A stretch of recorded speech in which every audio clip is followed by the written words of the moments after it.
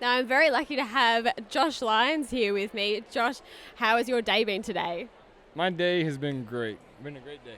Well, that's excellent. Now, you're saying that it's your second time here in Australia. How are you finding it this time round? I find it the same. The roles have changed. My first time was about 10 years ago with my dad, and I was his helper at EQUITANA.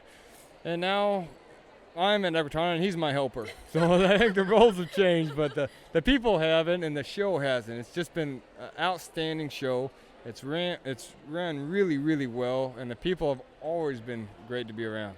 Well, that's really nice to hear. We're always very excited to have people come from overseas to Australia. We know it's very far away, but it's really great when people make the effort to come.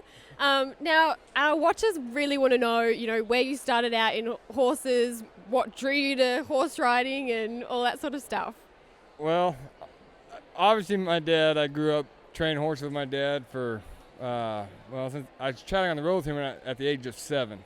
But really, about the age I was about 13 when I started actually getting paid to ride someone's horse, and 16 when I gave my first clinic. But what got me into horses at that age was, girls. Girls got me into horses, and so I decided, I'm going to get into horses because every girl I knew liked horses. So I was able to get a date that way, and so I thought, well, I'll just start training horses. And then I just never quit. Well, there does seem to be something about horses and girls, so I guess that you're right there, and it'd be really nice to see some more boys in the sport. So, boys, take the hint.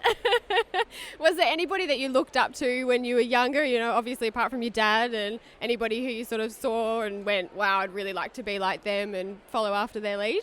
Oh, I have so many great friends in the horse industry that I wouldn't say that there has only been one role model for me, and that honestly truly has been my dad. He is truly my role model, the only guy I look up to. But as far as horse friends and people I admire, Al Dunning is just a great friend, good friend of mine, and I think a phenomenal horseman, one of the best I know. Tommy Turvey, he's like a brother to me. Guy McLean, super great guy. The Double Dans, you couldn't ask for these guys. Are just outstanding friends of mine, and I think great horsemen, and all, really are great in certain different areas of horse training. So I think every one of them has something to offer. So I have a lot of great friends in the industry, but only one role model. Well, that sounds really nice, though. It's always good to have friends when you're in this sort of industry, that's always good to have the support. And when you've been training, you've trained a lot all around the world and everything, what's the most common problem that you've seen with people and their horses, and what would you recommend to help them out with that? Shoot, probably, the most common problem's fear. Is everybody's afraid. They're afraid of their horse and worried about things that could happen. Not necessarily that they've happened already, but what that could happen. And so it prohibits them from doing what they know they should do. As far as picking up the rein, regain control, or just flat out listening, to their conscience telling them that this is a dangerous situation. You ask people what happens when they get hurt, and all of them say, well, yeah, I knew that. I knew I shouldn't have done that. Well, by golly, listen to that, because, and that's what happens is people, we don't listen to that. We let fear override certain things of telling us that this is dangerous and we really need to take this serious. So I think too much, I guess a great word for it would be horseplay. Too much horseplay going on. And so what do you do, like as a rider and a trainer? Is there anything specific that you do to, keep on top of these sorts of problems when helping your clients and helping people out there? Is there sort of any, really nice advice that you can give them? No, sure. What we do is we start establishing a foundation, and that foundation is what that house is built on. So it's all about control. So we teach them how to connect the reins to the feet, how to learn how to ride a thought, not an action, encourage the thoughts, don't become reactive, react to whatever the horse is doing, become more active rider. We have, tons and tons of steps, in our method to help people get that across. One of the great things that we've done is that we have a certification program that I've trained for almost 19 years now. Yeah, I look young. Yeah. So yeah, 19 years training that program, and what's happened is we have a little over 400 trainers.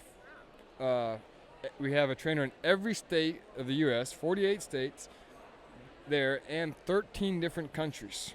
Wow. So we're kind of getting spread out everywhere, and so I've got to work with every single one of them. They've all had to go through me to be certified, and all those problems that all of them had, again with the similar, was that control. And so figuring out how to build a foundation that would address not just U.S. or English riders or Western riders or reiners or cutters, to address all of them, is really what we specialize in, is what the Lyons method has been about, is that it's adaptable and it affects every discipline no matter what you want to do with a horse.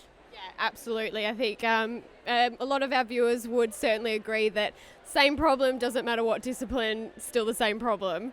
Without a doubt. Right, left, forward, or back, doesn't matter what saddle you put on. Yeah, exactly. And is there somewhere that people can go to, check out a bit more about you, or, if you have any books or anything? Do you have a website or somewhere they can visit?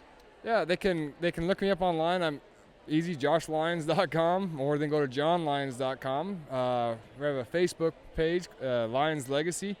So pretty soon we're going to have a new website out called myhorseworld.com, and that's going to encourage everybody to go to one site.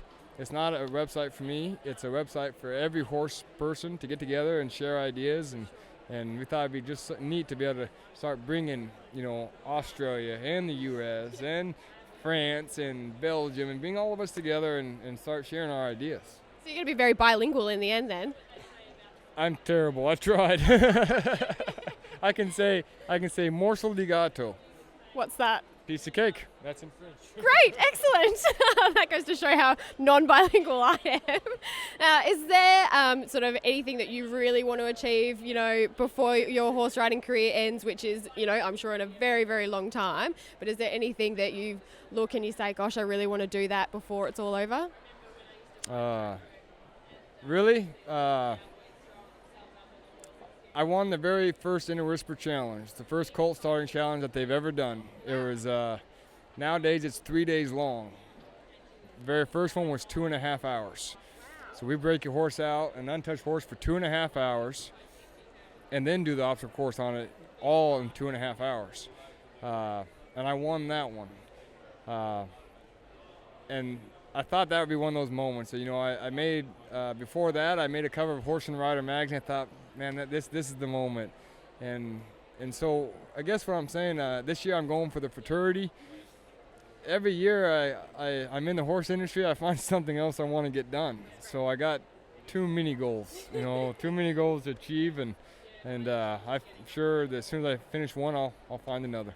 Well, that's fantastic, and I'm sure that you'll achieve them all. And thank you so much for your time today. And everybody, if you jump online, you can go and visit Josh's website and find out a little bit more. And please tune into our live TV. We'll be covering so many more events over the next few days. It's equestrianlife.com.au.